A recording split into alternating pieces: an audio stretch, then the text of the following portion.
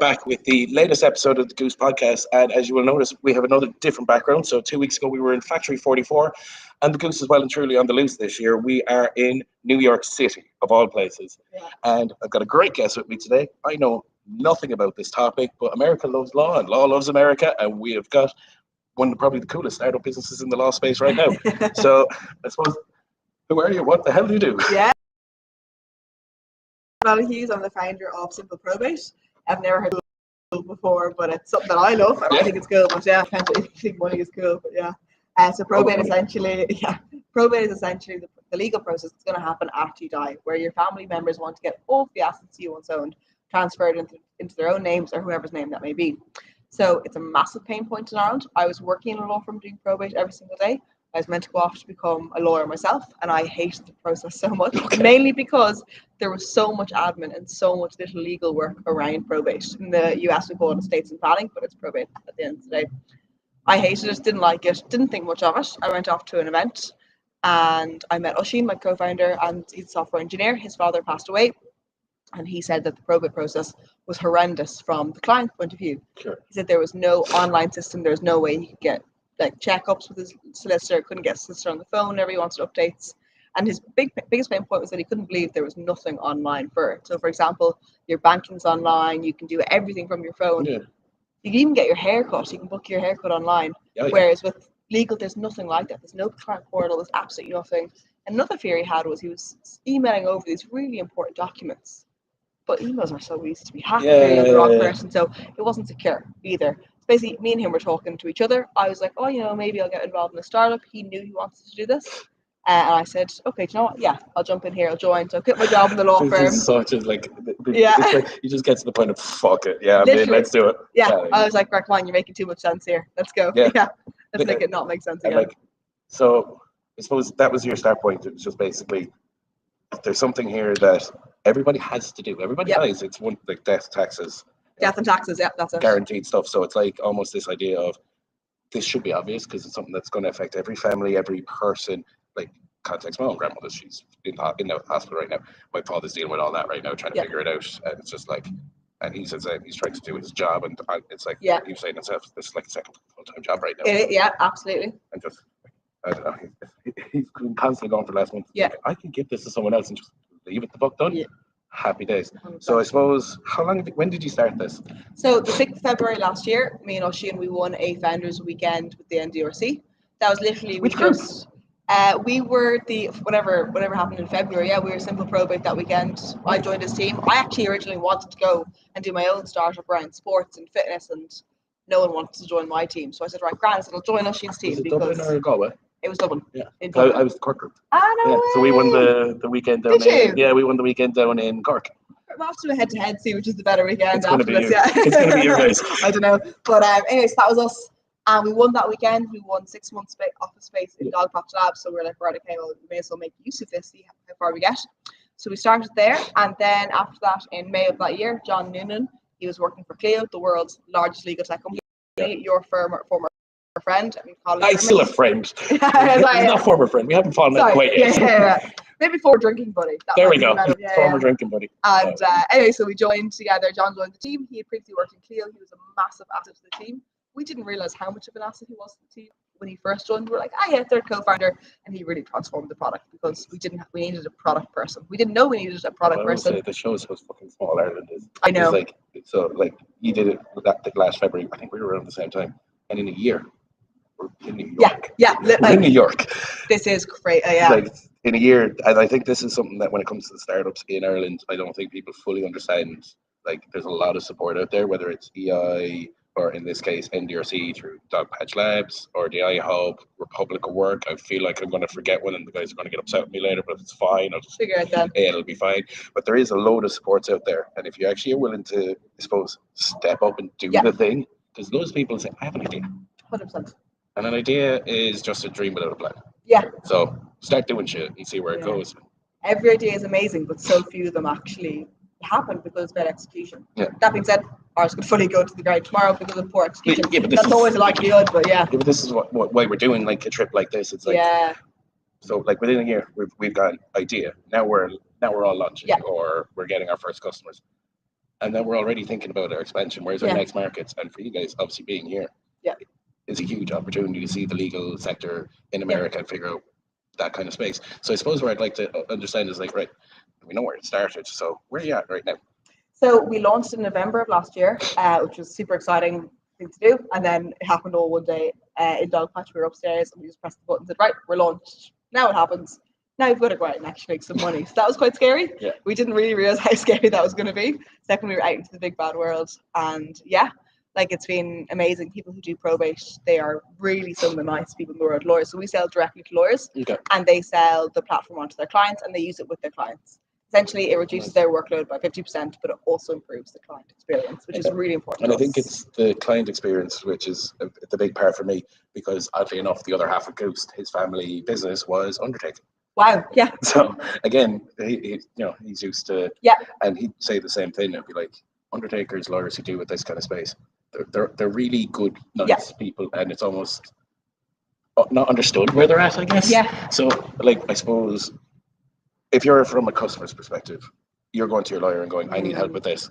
I haven't a fucking clue. What's that process even look like? Yeah, absolutely. It's so confusing. It's hard to get information on it. It's hard to get your lawyer on the phone as well to explain this to you. But I've been on the other side of that. I was doing probate every single day. It's really hard to pick up the phone and answer your client about their simple question that can take 5 or 10 minutes because you're dealing with things that are really urgent. You're dealing with domestic abuse, you're dealing with family access orders, you're dealing with house sales, there's a closing date. Probate's the only thing that's not urgent in the office. Sure. So therefore, it's really easy to be left behind. The clients are busy, you're busy. Just this massive whirlwind of just kind of mess at times because, you know, if you ever go into solicitor's office, it's always like stacks of paper that are piled high on the floor. So it's difficult to organize that stuff. So we also provide a system where it's totally organized for you. You don't have to do it yourself. It doesn't even involve any setup, which is a big thing. We recently purchased Pipedrive. You have to set it up. Once you set it up, it's great to use. With our product, you don't even have to set it up. It's for that busy lawyer, for that busy client. They just plug and go straight away. This just seems so logical and simple. Yeah. Do you know what it is? Like, this is part of the reason why I love doing this. Is like, you hear something like this. If you went to me even yesterday when probate is, I'd go, yep, that's a lot of words. Yeah. But when you explain it like that, it's like, how the fuck was this not being done 5 years ago or 10 years ago? It's so obvious. Well, do you know what? It's interesting that you say that because 20 minutes ago we were here with Oisin Hanrahan, one of the most successful Irish entrepreneurs probably ever in the last 20 years. And he was saying that the companies that do really well are the companies that exist in spaces that don't really change. They're not sexy. They're a little bit boring. But that is what probate is. It stayed the same. My granny was a probate solicitor. And she couldn't believe when I went into the space that hadn't changed. She was like, what? She's 87 for context as well? Like, she said it has not changed. She couldn't believe it. So the fact that that's still happening, we're like, right, this is ripe. Especially now with AI, we're not trying to replace lawyers with AI at all. I may add, it's actually really important that we clarify that. But it's about aiding lawyers. We're taking away that admin. We're giving them AI tools to help them look for missing information in the file. Things like that is really, really important. You said the buzzword. Yeah, AI, I know. It's just, it's like the buzzword bingo. AI, it's on every dashboard at the moment. And I think this is, we're going to talk about AI. Yeah, we're here now. Because it's one of those ones that you hear so much bullshit about it. And it's just like AI is like, it's going to do this, it's going to replace this. Change the world. And the car replaced a horse. Yeah. What's your point? It's like, if it's used, like the way actual AI is being used, it's used as a tool, not a replacement.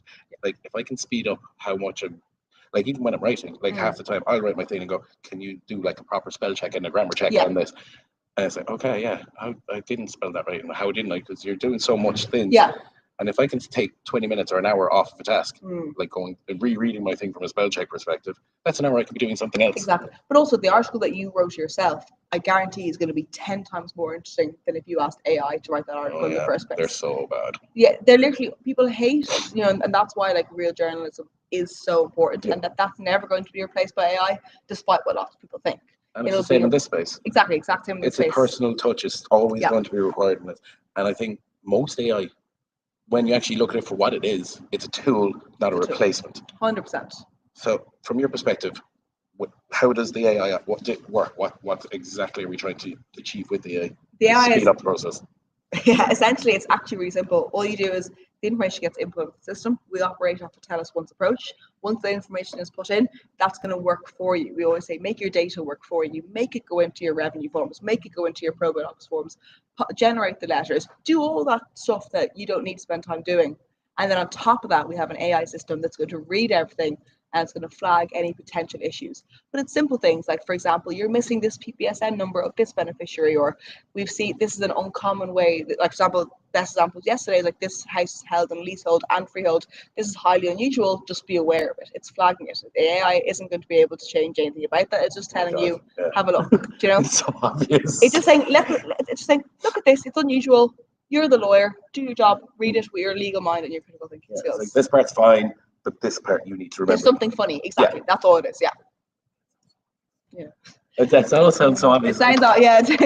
I think this is why when I was talking to you initially and when I was speaking to John about it, it's like every time I've actually had any interaction with what you're doing, it's like, of course. Yeah. And I think this is even being part of like these kind of groups.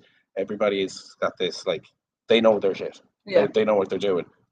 I wouldn't have known law an hour ago, 2 hours ago. Even if I have to go through this process, eventually I'm still not going to know. I'm going to trust my lawyer to do it. Yeah. But at the same stage, if I know that the process is going to be less stressful, I'm in. Yeah. And I'd probably pay a little more for that. Essentially, yeah. I mean, we sell to law firms.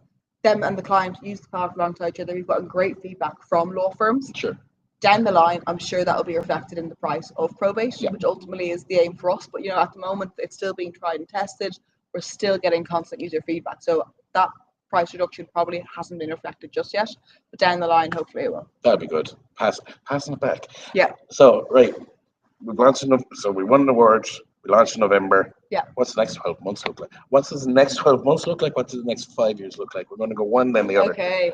Short-term plans, long-term plans. Like, for now, we're going to suffer, but later we're going to be loaded. So short-term, we released our MVP in November of last year, and now we were like, right, okay, we want to make it sticky. We had revenue from that, which is amazing. We were delighted. We had a successful pilot program, and now we're like, we need to make this sticky. We want people to use this once and go, I can never not use it again. So we've actually brought the product back in, and we're doing massive tweaks, massive updates to it to make sure it's really sticky. 2 months' time, we're hopefully going to have a product relaunch where we're going to say, look, it's ready to go, let's go, and we're going to be selling, and that's what we're going to be doing flat to the mat. We're going to be focusing on our subscription model. Subscription, also another kind of buzzword, but we want to be a subscription model, so we have to figure out pricing for that. How does that work? How's that going to benefit law firms and their clients? Okay. So that's our next year plan. Hopefully scale either to the UK at the end of the year, England and Wales potentially. And then in our 5-year plan, we want to be in Ireland, we want to be in all of the UK, so England, Wales, Scotland, and we want to be in America. New York makes the most sense at the moment, 5 years' time, yeah. Okay, this is interesting because, again, you said something there about, like, obviously getting into America, or the US, or the UK by the end of the year. Is there major differences? So, like England, Wales, Scotland, Ireland, they're probably not going to be a million miles away from each other. Yeah. But I assume there's differences. There are differences. There minor differences. It's the information's all the same. It's data gathering. It's what did somebody own in their lifetime and what are the details of it. And that itself is so time consuming, and it's information gathering that applies to every single jurisdiction, no matter where it is. So there are changes though that need to be made to the product so that it applies to the England system, the Welsh system, and also the Scottish system. These are boring changes. They're around forms, they're around letters and different tax procedures. So it's not massively difficult for us to change it. It's just about getting it right. And knowing the information that each jurisdiction is going to need. Yeah. Which I suppose makes America very fun because every state is almost like another country. And, yeah. I can't see this being in all 52 states, that being said, but New York is definitely a state that is really exciting, especially around states and planning. And the reason it's so exciting is because there's been so little innovation in it. Sure. So I've been around different law firms all this week, and it's been so exciting, but for not for the reason that you think. You go to a law firm and I ask, well, tell me, how do you do probate? How are you doing this? I feel like going to a law firm in New York feels like very much like Suits. Do you know what? I took a picture of myself in the boardroom yesterday and I was like, am I in Suits or where am I? I was expecting Meghan Markle to walk in through the door any second. But yeah, literally. And I said, how are you doing probate? And they said, pen and paper. I said, what? I said, okay. And straight away, I go, okay. This is inefficient. Yeah, cha-ching. I was like, this actually makes sense. I was like, oh my God. And I really didn't think that all of the problems in the UK and Ireland would translate over to America, but they do. And they actually similar in pricing, similar in staff shortages. Rural Ireland has a severe staff shortage when it comes to law firm support staff. I did not think that was going to be the same in the US, in New York especially, the land of people, everyone's hustling, shortage of good support staff. Simple. So the fact that they're actually having those exact same issues shows me there are applications. Which means if they're having that issue here, it's basically the same old, outdated process globally. Exactly. Yeah. Okay. Wow. Yeah. How have like law firms gotten to this? But Josh, I think this is just we're in this really beautiful space and time right now where I think it's like our generation coming through and looking at these things and going, "What the fuck am I still doing this with pen and paper?" Exactly. Yeah. That's literally what it is. And we've had so much success in Ireland where kids of the owners of law firms are taking over and they're going, hang on a minute now. What do you mean I'm going to spend my day writing down assets and a list of things? This doesn't make sense. Stapling receipts into a ledger to come back to later. Exactly. Yeah. They're like, let's automate this. Let's spend time on the law, things that excite me. And that's what we want to do. Yeah. Because law can be boring. It can. It absolutely can. But if you can actually take away the bullshit part, it can be really exciting. There it is. And you're dealing with people and complex family issues that you have to use your critical skills to do. And that's what lawyers are. They're critical just spending thinkers. 8 hours a day filling in forms. Exactly. Yeah. We want to, really remove all the admin, make it exciting for lawyers, let them really focus on the law. I really like that because I know even from like previous jobs, like when I worked in a phone shop, the amount of like we spend most of our days doing contracts, like phone sale, and then I'd have to spend an hour every day. Going through them all, making sure that the ID matched the name, that the address matched the proof of address, that this part matched this part, that the reference number of the phone matched the contract, because if it came back for repair, I was sitting there going, imagine if I had to do, if this was my job all day. Yeah. Nah. And it was just an hour at the end of every day, but there were some people's jobs in the office on the legal side for like customer care and this, that, and the other, and all this, and even going back to like the actual like networks with the contracts. I was like, this ruins. It does, ruins a job I love because exactly I'm spending too much time looking for errors. 100%. Yeah. And I was speaking recently at the Future of Law Summit in Ireland, run by the Irish Law Society. And I was talking to like the future lawyers of Ireland, all these super duper intelligent people. They're all so highly trained, they have every skill under the sun. And I was saying to them, the reason that you should look to use products to automate the boring part is so that you can focus on the law. You guys are all so intelligent. You shouldn't be wasting your time filling in forms and data entry and manual things like that. Because actually, you're so intelligent. Do the intelligent things. Why does this all sound like it makes sense? Yeah, I think it's starting to make too much sense. Oh, no, that was not a question. That was my own comment. So for context, anybody that is out there watching, because there's a few, you can drop questions in and we will answer them as best we can. So drop away. So anyway, you were saying about the law firms. Yeah. So I assume what we're doing right now is we're going to these events and we're like trying to demo the product, showcase what we're up to, and what's kind of reaction that we're getting from them on first view. Because I always find that fun. Yeah, do you know what? You're right. So I do a few CPD events as well, where I go around Ireland and I'll talk to groups of solicitors about AI and the law, trends in legal technology, and also, of course, a plug for Simple Probate. And the first thing they do is they're not sure. They go, "Oh, AI, I don't want it to replace me," and that's a valid concern, and I totally hear that. You do need to embrace it though. If you can't beat them, join them, but use it as a tool. It's not going to replace you. AI will not replace you, but someone who can use AI will replace you. That's what I always say, and that's always what I say at those events. But there's some amazing horror stories around lawyers using AI. Well, Michael Cohen, a very famous lawyer himself, Trump's lawyer, to use that other buzzword. He when he was in prison, when he was in prison, he decided to write his own defense to the court, and he used AI to do it. AI hallucinates, which we all know now. We all know very clearly now. It hallucinated 5 or 6 cases. He gave it to his lawyer, who submitted it to the court. The court said, "We've never heard of these cases before. Are they made up?" And they said, "Absolutely not. They are not made up." The court said, "Well, they don't exist in the world. These cases have not happened." And instead of coming back and saying, "Oh no, you're right. I'm sorry, we used AI," they actually doubled down and they asked ChatGPT, "Did you make up these cases?" and then gave them back the cases. ChatGPT said, "No, I did not." The judge was furious and started to strike off. He threw out the case, first of all, the case was dismissal, and then he actually started to strike off the lawyer that submitted them to court. Like, things like this do happen, and you have to be if you do your job, you be so careful. Your job. So there are war stories like that when it comes to AI, and you do need to be so careful and always ask for your sources when it comes to AI, which is what I tell solicitors. But solicitors do love those kind of stories. They're so interesting.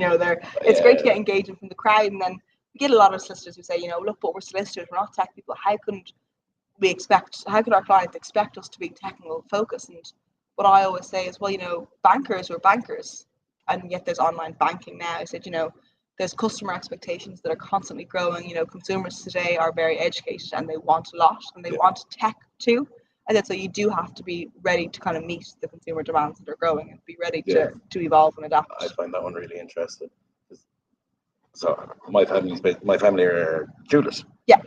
So outdated. I mean, I'd say like electronic tills didn't come into the mid 2000s. Wow. Okay. Because it was just this is how we do things. Yeah. Like, yeah, but why? This is what it is. Yeah.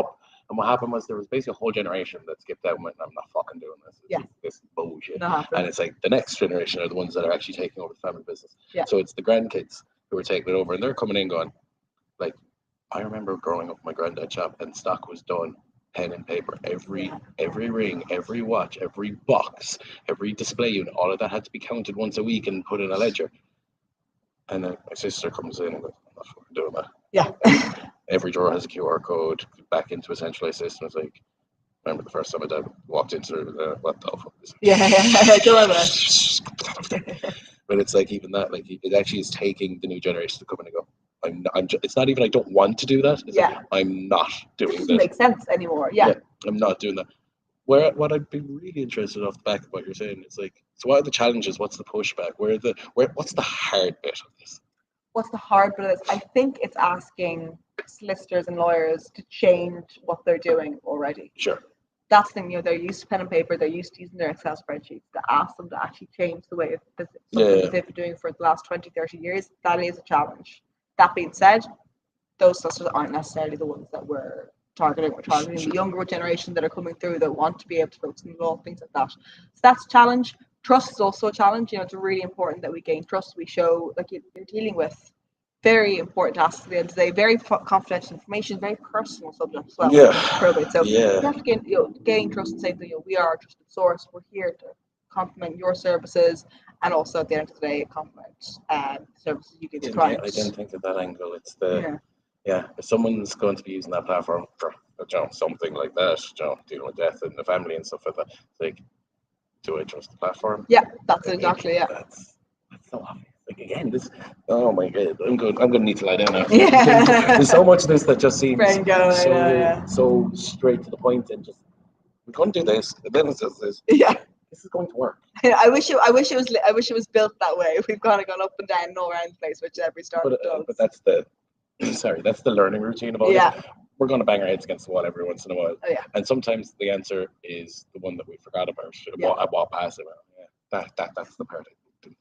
It's what I find really fascinating even about your piece is that you've been willing to take it back in and go, right, we're not ready yet. Let's fix this, and this. Whereas a lot of brands would kind of go, it's fine. We're going to just tack it together and just keep tacking it together. And it works. It's functional. Whereas you're kind of going, no, let's do it. Well, that's where that trust piece comes in. You know, we have to have a really great product because it's a serious subject. Like I said, you want lawyers to always be able to trust you, trust the product, trust them what they're using, what they're paying for. So that's why it's so important to get the product right. That being said, there are people still that are still using it, and we're working with them. And, you know, if a customer asks us for a feature, we will bend over backwards if it makes sense to build it for them. And the way that we justify does it make sense is, can another customer use this? Is this going to benefit more than just this one is this a me feature or a we feature? Exactly. Literally, and that's been pivotal. So we've actually built the product literally alongside solicitors, just by them using it, us saying, what do you want? What else do you like? Same way Paddy built Dogman, just constantly asking customers, what do you want? Is everything okay? What's missing? How can we keep you happy? And that's it. So that's really how we built the product, and that's why we've gotten good feedback from lawyers. But this is a very important part of that journey. Is like the lawyers that are going to be using it are the ones that are giving the information. So you're not making a product that will say you would use. And I think this is a trap that we all kind of fall into sometimes. Like, I want that. It's like, is everybody else like, don't you? I want that. But like the fact that you're actually building it alongside like their needs there and actually having that real, I suppose, test subject matter and actually getting that feedback straight away, it means that the trust is going to be there when you're ready to when you're putting it up in front of them, because it's like, oh yeah, this is the part I told you about. And there's that feeling of they were involved in the process. And they know that you're listening to them as well. And I think that's, especially in this space, is probably the biggest piece of the puzzle, because like someone else can make a software, but it's like, okay, Yeah. who did you talk to? What do you do? Like, yeah. Oh, it's so easy to go off and build 101 things without talking to someone. Like we have features that we thought were amazing, and they're just not that. They're fine. They're kind of luxury features. They're there, but people don't necessarily use them a whole pile. So it's really important that you don't waste time building something people don't want. And if someone asks you to build something, make sure they want it. Let more people want it. Shocking horror, right? I know, yeah. Like, I don't know. I don't have a whole lot of questions left. Yeah. But I suppose the big one for me would be, what is the end goal here? Where do we want Simple Probate to look like? Yeah. I was talking to someone about this yesterday, and they were saying, what does success look like for you?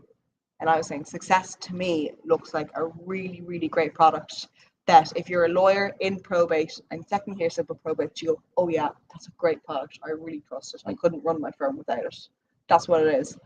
For a lawyer, when a client hears it, they go, oh yes, that made a really difficult part of my life a lot easier. Yeah. That's ultimately what we want. That was where the product began. We had played around with the B2C market for a while. It's too hard because obviously there's no, recurring revenue. There's a multitude of reasons of why B2C doesn't work when it comes to probate. And I do also believe that it's a complex process. You should actually have legal advice there ultimately at the end of the day. But success to me is something that is a great product that's helping people.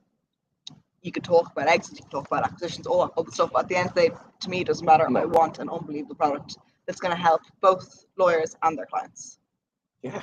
Yeah. Fuck yeah. Yeah. Fuck yeah. It's also easy. I wish. But no, like, to be fair, like, this is why even, like, a lot of the group over the last year has been kind of keeping an eye on them in the background and stuff. And, like, you're one of the ones, pretty much first time I looked at it, actually, after I got your press release, we're looking at it and going, yeah, this one's going to work. Hopefully. Touch wood. Yeah. Where is it? It's everywhere. No, like, again, what's the numbers? 90% failure rate and stuff like this? I'll never forget my first day in a startup world. Said 90% of you are going to fail. I said, yeah, grand, whatever. A few weeks later, I was on the further pre-accelerator. There was 10 of us in the room. There's only one company here that's going to be successful. And I was like, oh my God. And then you heard it. Crack the neck. It's going to be me. Start punching people out. Literally, in my head, I was like, I'm going to start, like, what are we going to do? We got to make space for ourselves. Obviously, it's not how statistics work. It's not necessary that only one of us will survive. You can have a good cohort or a good group, and then next year's group might be crap. Or whatever it might be. But of the start of that group, I think it's only kind of 5 or 6 that are still in existence. That's less than a year. Like the pressure is on when it comes to startups. It's because it's like a baby. It just keeps wanting to die unless you feed it, you water it. Like it's not helping itself at times. Oh, so is that the start of training now? It's like, here's a dog.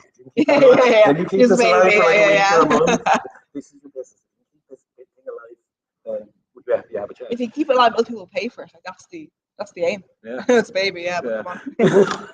Anyway, no, but Joe, it is. But even like, despite those stats and stuff of this, I think the most fascinating part for me in the Irish startup is 40 out of us here. Yeah. And the amount of chat and shit that we've done, it's like, actually, I know someone that you need to talk to, and vice versa. It's like, did I hear that you said this earlier in this thing? Oh yeah, I know this guy, and there's this like real lovely dynamic of, and it seems to be the opposite of what we would have expected coming into. You would have thought it was very like dog eat dog, get the fuck out of my way. I'm getting that bag, you can go elsewhere. But it's like, no, we're all in this situation where somebody had an idea and went, I really don't want to work for someone else and make you money anymore. I'm going to see if I can do this. Yeah, and it's crazy. I think also there's a huge element of give back. Yeah. For example, like when I started, the amount of people that helped me, literally so many people helped me on the way. They gave me so much time. So many super successful people that literally could have ignored me if they wanted to. They didn't. They said, yeah, you should have a chat. I'll tell you what I know, what I think. I'll connect you with someone else. It literally is. It's so supportive. So I think now if it's not that anyone's going to me for advice anytime soon, but if they did, I'd absolutely do whatever I could to help them. I'd connect them with whoever I can. It's beautiful to see. Things like that. I think it is really supportive, and Ireland is incredible for that. I mean, we're in New York now in New Labs. Yeah, and there's 40 of us in New York. In essentially what is it, like a dog patch. And it's all on other steroids. It's fucking huge. And the fans actually say big ass fan, which I love. But like everybody that's here and all the guests that have come and talked to us over the last few days, they're people who've done some pretty cool fucking shit. And everybody's like, right, where are we going now? We're going to this place. We're all going to sit down and just bounce ideas off each other. Do you know what? This week has been really, really great for me in terms of where we want to go with the product, what we want to do next, how we're going to talk to customers, because we're all sitting around chit-chatting about our business, and it's kind of actually has time to ruminate for us to actually think and actually kind of digest it all. Hi guys, my friends are going to kill me when they hear this. They're all idiots. I love my friends. Yeah. Even when I said I was coming over You said it, here. not me. Yeah, but they are. I'm gonna tell John you said that name. Yeah, I'm not Said he's still your friend. Yeah. Yeah, no, it's what it is. Like most of the lads, they work, their day jobs, everybody. Cool, A1, do it. Yeah. I said I was coming over here, and the first reaction was why. Second question was like, what the fuck do you even do actually? Yeah. And the third question was like, I don't understand. And like, cool. I'm not even gonna bother.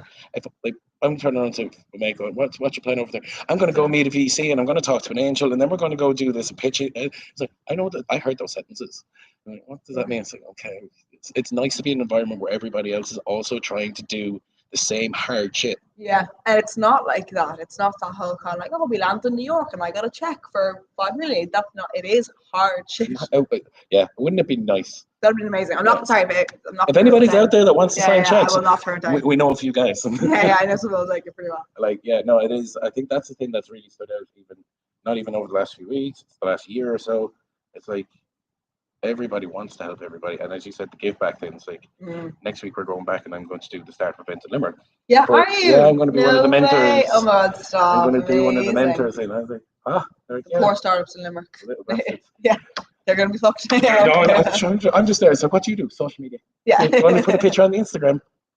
I'm like, no, yeah. Marketing guru to but like, honestly, where that started, it's a little tangent, where that even started in the first place. I was working in phone shop, moved up to the office, and I was working in supply chain. I was literally logistics for deliveries of the products. Yeah. And then one of the fellas came over and they were like, you're the young lad.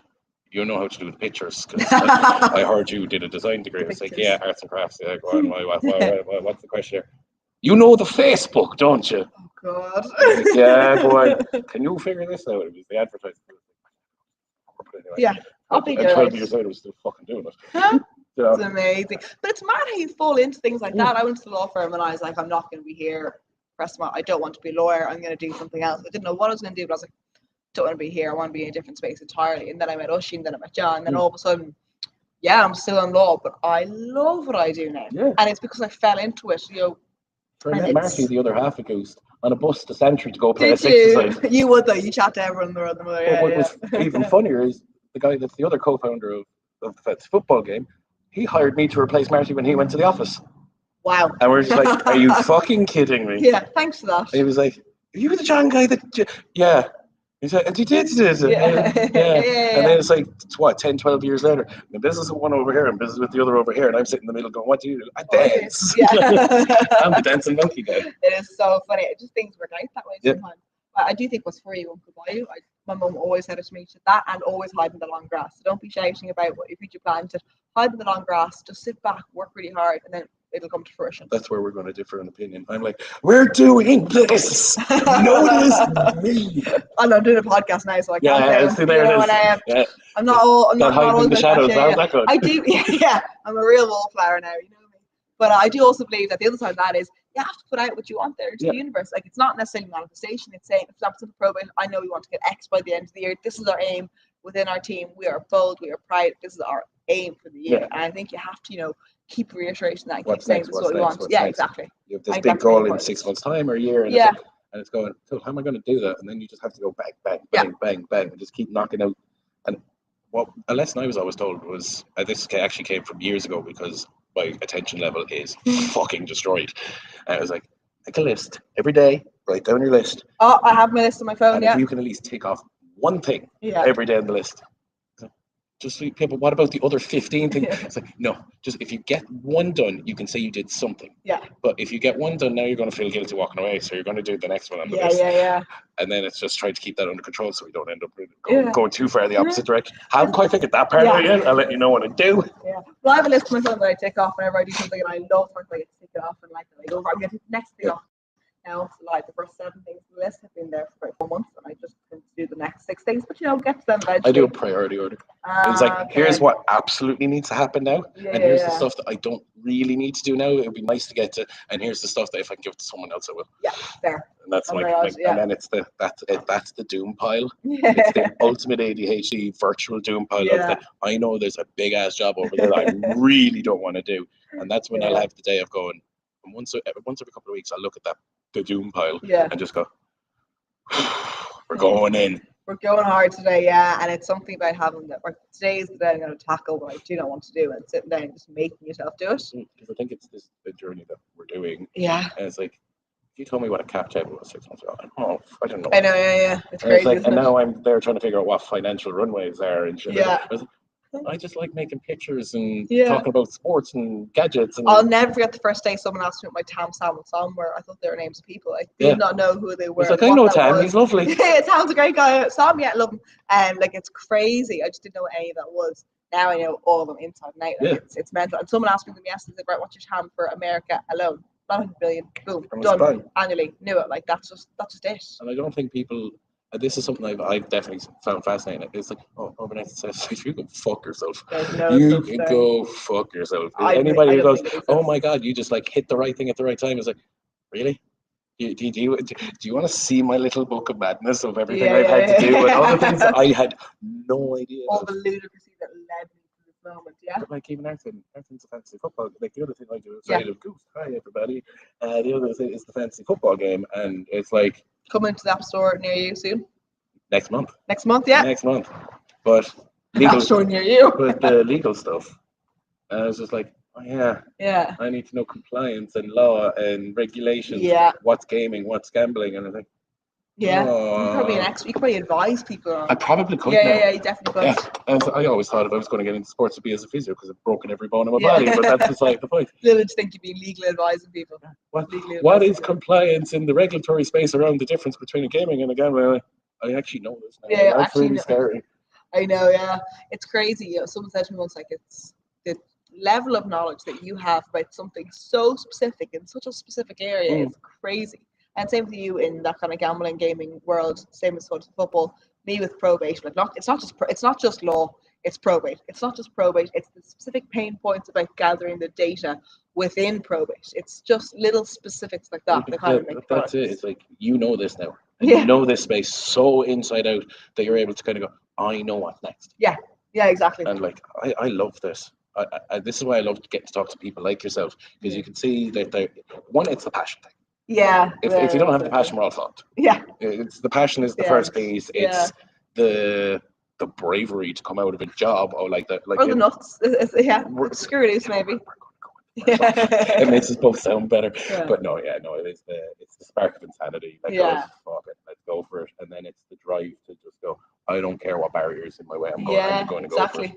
And thank God there's sports there, because if we were trying to do this on our own without like the likes of the guys who helped us get here at the moment, don't think we'd be right where we are right now. I don't think we wouldn't be in New York anyway, that's for sure. Wouldn't even be able to think about US expansion, wouldn't be able to think about UK expansion. It is all those sports out there. Go, this is great. Yeah. Someone knows this. Fantastic. Gosh, yeah. I have one last question. Give me the big sell. The big sell. I want the big sell. I want bells, whistles, jazz hands. Straight down the camera. Yeah. Well, look around. We're all going to die. Okay. If you've won 25 grand, if you've a car, if you've a house, if you've anything, you're going to be going through probate. You're going to be using a solicitor to do that. Okay. It is so important that you have everything set up for that process, but it's really important that your solicitor is set up for that process. In a time where there's a shortage of legal execs, shortage of support staff, legal secretaries, as a lawyer, you've got loads of work coming in the door. You need to be able to get to it, and also you need to be able to get through it fast so that you get paid faster. You can pay yourself, pay for your bills, pay for everything. That is what SimpleProbate is going to do. We're all going to die. Ireland, UK, USA, the rest of the world. It's going to happen to us one day. So we may as well make sure that we have a platform that works, it's perfect, and that it's going to speed up the process. And at the very end of it all, it's going to make someone's life a little bit easier at a very difficult time in their life. Nice. We'll make it fly when you eventually die. Yeah. We're not going to use that ever as an official slogan. Yeah. Right. So if anybody wants to reach out to you, the co-founders, the company, whether it's like someone who is trying to figure out how to do probate for the family or a solicitor, where do they find you? How do they get you? Yeah, so our website, SimpleProbate.ie. My email is Isabelle@SimpleProbate.ie. You can find us on LinkedIn. I'm always on LinkedIn, melting everyone's screen. So please, I love to chat either with clients of solicitors. Yeah. You never tell. I'm a real quiet person, but love to chat. If you've got a pain point, let us know. Yeah. I was on the phone a while ago to a client, and she was trying to figure out how she could find her deceased father's PPSN number, even though he died 10 years ago. And I loved it. Because I was like, if she has this problem, there's a very good chance someone else has this problem. We wrote a blog article about it, and now it's our most read blog on our website. Huh. So if you have any queries about probate, send them my way. I might not know the answer. SimpleProbate.ie, John Noonan on LinkedIn, Isabelle Ocean Hughes. Dolphin as well. That's her name. Ocean Dolphin and Isabelle Hughes. Yeah. Also on LinkedIn. Whether you are a solicitor that is looking for a better way to do it, they actually have it. And if you're somebody who doesn't know anything about probate and probably needs to figure out a bit more, also there you go. Or if you're about to go through the probate process, let us know. Boom. And from my side, we have a fuckload of articles on the site right now. Marty is working like a man possessed. So whether it is about Amazon coming to Ireland, because that's something that's just happened this week, Amazon now has a .ie. In the time that we came here, Amazon launched in Ireland, so we're fucked when we go back. Oh, yeah. Shopping. Yeah. But yeah, so if you want to know about like what Amazon is doing in Ireland, whether it's new Wi-Fi 7 coming from Air, we've got a load of articles about those. From my side, I need to sleep because I'm very jet lagged. So I suppose on that note, we're on every social media platform, bar the artist formerly known as X. We don't really go there. We don't talk about that space. We're on TikTok, Instagram, Facebook, Meta, Blue Sky, and pretty much everywhere else. Goosed.ie. So on that note, good day, good night, good morning, goodbye. Fucking who knows what time it is anymore, and we'll see you on the other side. Thank you. Thank this you. Is really fun. Yeah, I really enjoyed this. Yeah, it's great. Thanks. So thanks. And to everybody at home, we'll see you on the next one. I might be back in Ireland on the next one. Who knows? We'll see. Bye.